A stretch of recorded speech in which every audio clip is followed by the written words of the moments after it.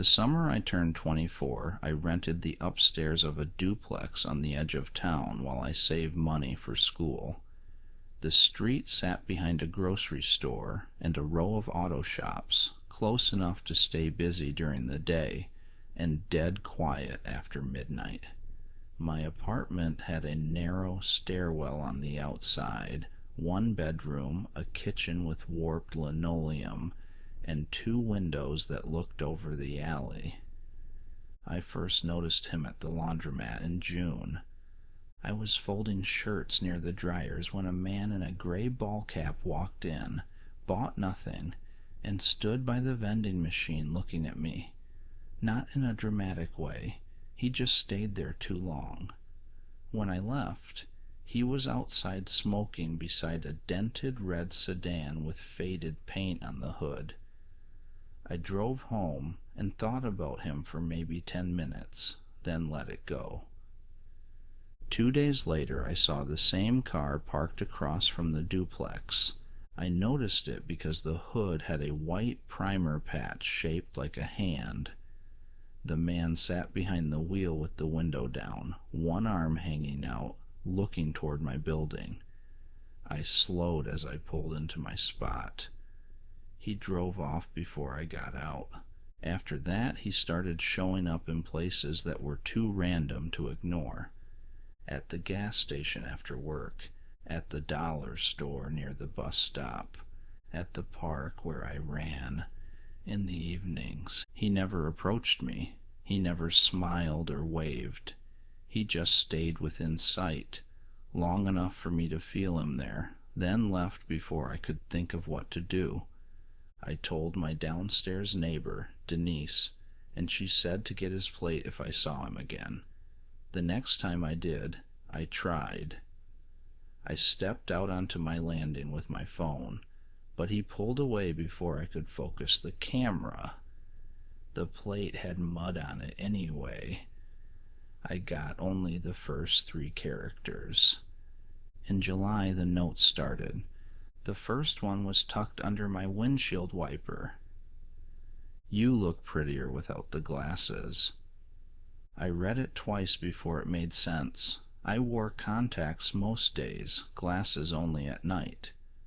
Somebody had seen me inside my apartment. I called the non-emergency police line.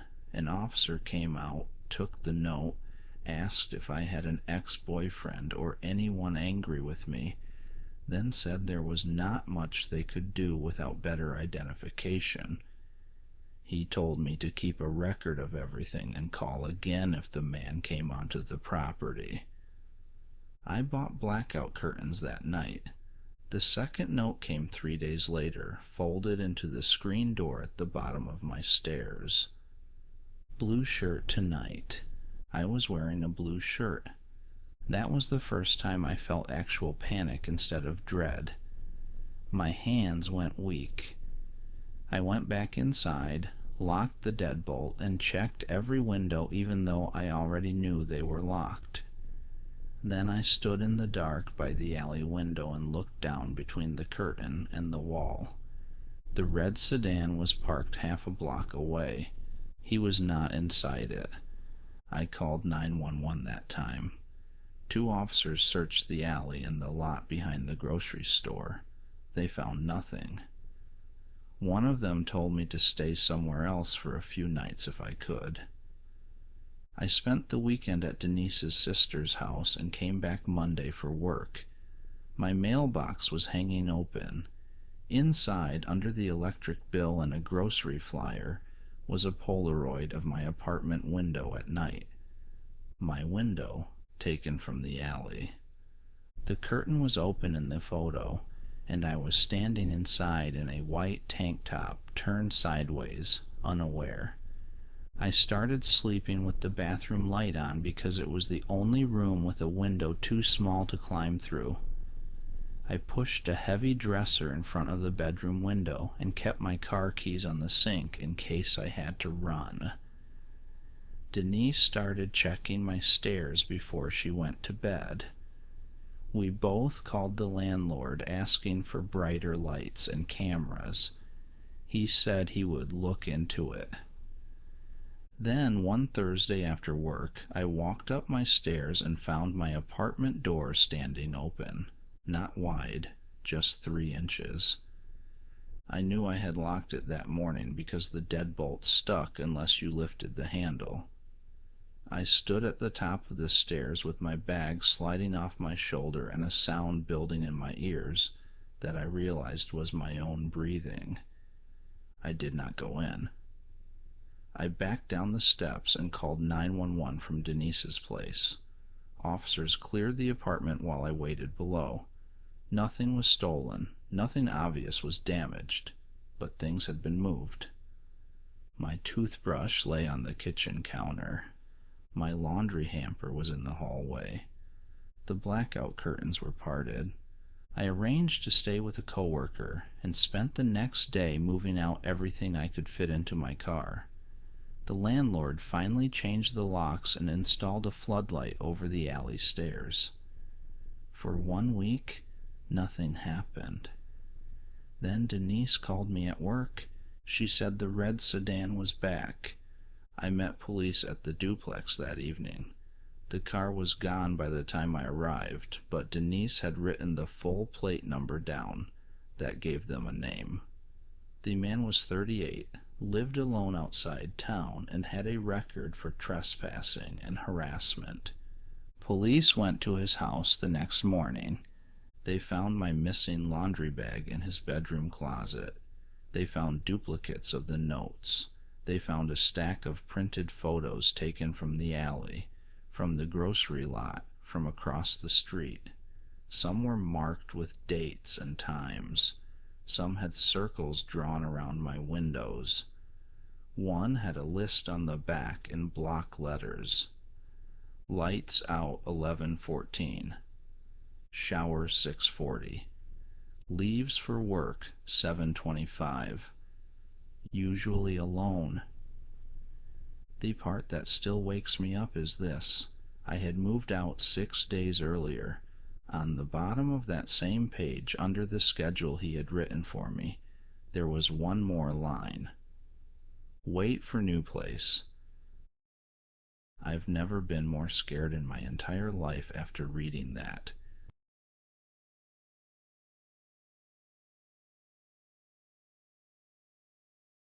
I worked 2 summers on a beach cleanup crew in North Carolina. In August, there was a 15-year-old girl that disappeared near the South Jetty. Everyone in town knew about it. Her name was Lila. She had come down with her mother and younger brother from Charlotte for a week at a cheap motel across from the public access. On the second night, she got into an argument with her mother and stormed off after dark. 2 surfers said they saw her walking alone near the waterline around 10. After that, nothing solid. The police searched the beach, the jetty rocks, the parking lot, the road behind the dunes. Her sandals turned up the next morning near a trash barrel. Her phone never surfaced. Neither did she. By the 3rd day, people had already started speaking about it in that quiet, careful way people do when they are making room for the worst. Lifeguards kept looking anyway. Deputies drove the access roads. Her mother came down to the beach each afternoon and stood by the jetty until dark, staring out so long it made other people uncomfortable. That Friday, I was assigned to the south stretch, the same area where Lila had last been seen. The beach was empty except for gulls and one old man fishing knee-deep in the wash. The sky had just started to pale. I was working along the dune line with a trash picker when I saw something half buried where the sand sloped down toward the tide. At first I thought it was another dead phone, waterlogged and useless. We found a lot of those. It was in a clear plastic case with a faded blue sticker on the back. The screen was black, but when I picked it up, it lit for a second.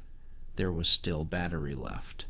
The wallpaper was just a plain lock screen with the time and date. No cracks, no water inside the case. It must have been buried quickly. The date told me it had not been dead long. I stood there looking at it, knowing before I even said it out loud that it was probably hers. I should have radioed my supervisor right away. Instead, I made the mistake I still think about. I swiped the screen. There were missed calls from Mom, 8 of them, all from the same night. A bunch of unread texts, and one voice memo, no title, just a timestamp, 10:14 p.m. I pressed play. At first, all I heard was wind and her breathing, fast and uneven, like she had been crying and was trying to stop. Then her voice came through. She said, "I'm not coming back until she calms down." A few seconds passed.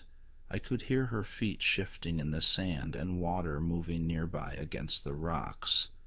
Then she said, quieter, "There's a guy down here." Another pause. "He keeps asking if I'm okay." She tried to laugh after that, but it sounded thin, forced, like she was talking to herself more than to the phone. Then her voice changed. "Why are you still there?" The recording went silent for maybe 3 seconds. I remember those 3 seconds more clearly than the rest of it. Then she said, very flat, "Don't come closer." After that, there was a sharp scrape of the phone against something hard, a quick burst of breath, and the recording ended. No scream, no crash, nothing dramatic. Just stopped. I felt sick so fast I had to bend over. My supervisor came up behind me while I was still standing there with the phone in my hand. He took one look at my face and asked what happened. I gave it to him without speaking. He called it in.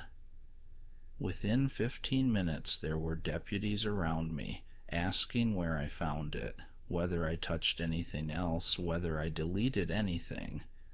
I kept hearing that recording in my head while they talked. The police took the phone. By noon, the whole beach knew it had been found. People gathered near the access just to watch the patrol cars. Lila's mother came down again. I saw her speaking to a deputy, both hands over her mouth, shoulders shaking. Nobody let her near the phone. 2 days later, they found Lila in a narrow inlet about a mile north, caught in marsh grass where the tide had left her. The medical examiners said drowning. There were bruises on one wrist. The sheriff would not say more, only that the investigation was ongoing. Nobody was ever arrested. That should have been the end of it. It never felt like one. For the rest of that summer, her mother kept coming to the jetty in the evenings. She stood in the same place every time, facing the water, not moving much. Tourists gave her space once they figured out who she was. By September, she was still there some nights, long after most visitors had gone home for the season. I quit that job years ago. I live inland now. I have not worked a beach shift since I was 19. But every August, when the air gets heavy and the days stay bright too late, I think about that voice memo. Not because it was graphic, it was the opposite. Ordinary words. A teenager irritated after a fight, trying to sound braver than she felt. The kind of recording you expect to end with someone rolling their eyes and heading back to a motel room. Instead, it ended in open air, with the surf moving against the rocks and a stranger standing just out of view. That is what makes it stay with me, not what I know. What I know is bad enough. It is what I will never know about the seconds after she said, "Don't come closer."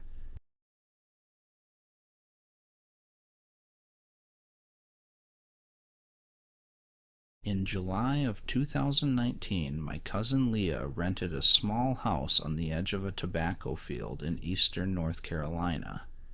It was cheap because the owner lived out of state and only used it for storage during the off-season. Leah wanted company for the weekend, so I drove down after work on a Friday.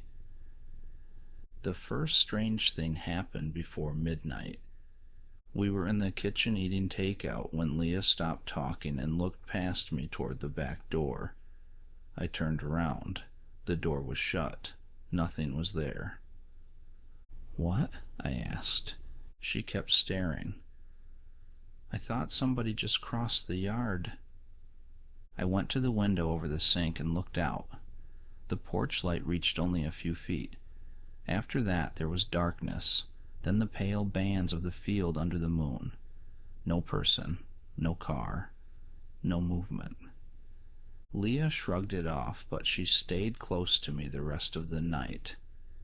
I took the smaller bedroom.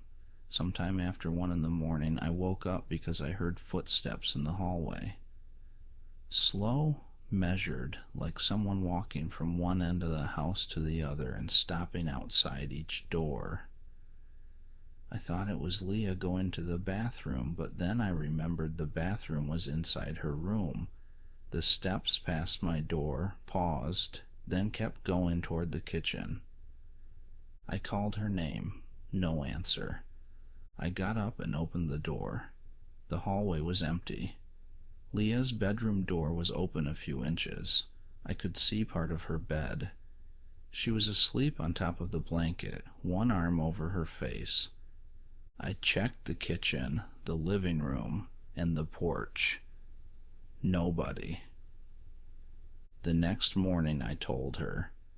She went still for a second, then said she hadn't wanted to mention it because she thought I'd leave. Around 3, while I was asleep, she had heard someone stop outside her room and breathe through the crack under the door. We spent Saturday in town to avoid being in the house. We ate lunch, walked through antique stores, and stayed out until sunset.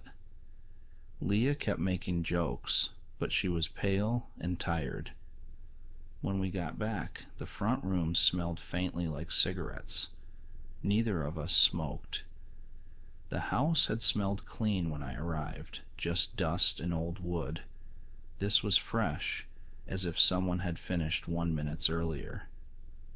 We checked every room again. Windows locked, doors locked, nothing missing. Leah found the first real clue in a kitchen drawer. Under a stack of yellowed takeout menus was a folded newspaper clipping. No date on the piece itself, just a story about a farmhand named Ellis Van, who had been found dead in the field behind the property after wandering from the residence during a period of extreme heat. It said he'd been staying with relatives.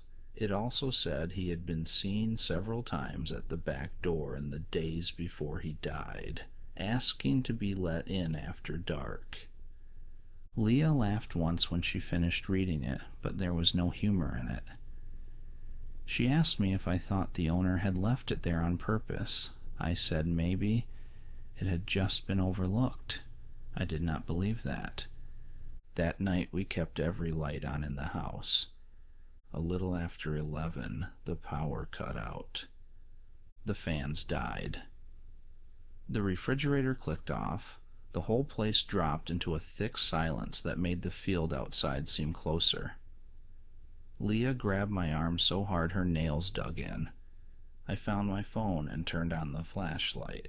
It lit the kitchen in a hard white beam. That was when we heard a man speak from the back porch. Not loud, not a shout, just a dry voice, almost casual. "Open it." Leah made a sound I had never heard from her before. I stood there staring at the door. The voice came again, same tone, patient this time. "Let me in." I moved to the window beside the sink and angled the light through the glass. A man was standing on the porch in the dark. I could only make out parts of him at first. A pale shirt, suspenders, one side of his face. He looked ordinary, which made it worse. Not decayed, not glowing. Just a man standing where no man should have been. He did not move when the light hit him. Leah whispered, "Do you see him?" I said yes. Then the beam shifted higher, and I saw the field behind him through the gaps in his body. Not around him. Through him. Leah started crying. I backed away from the window, grabbed her hand, and pulled her into the living room. The front door was closer, but neither of us wanted to pass the back of the house again. The voice came a third time. "Too hot out here." The power came back at that exact moment. Every light snapped on. We left with our bags, our phones, and Leah's keys. We did not lock up. We drove to a motel near the highway and stayed there until morning. When Leah called the owner and told him what happened, he said, "I should have told you, but I knew you wouldn't want to stay." That night made me a believer in the paranormal. It freaked the hell out of us.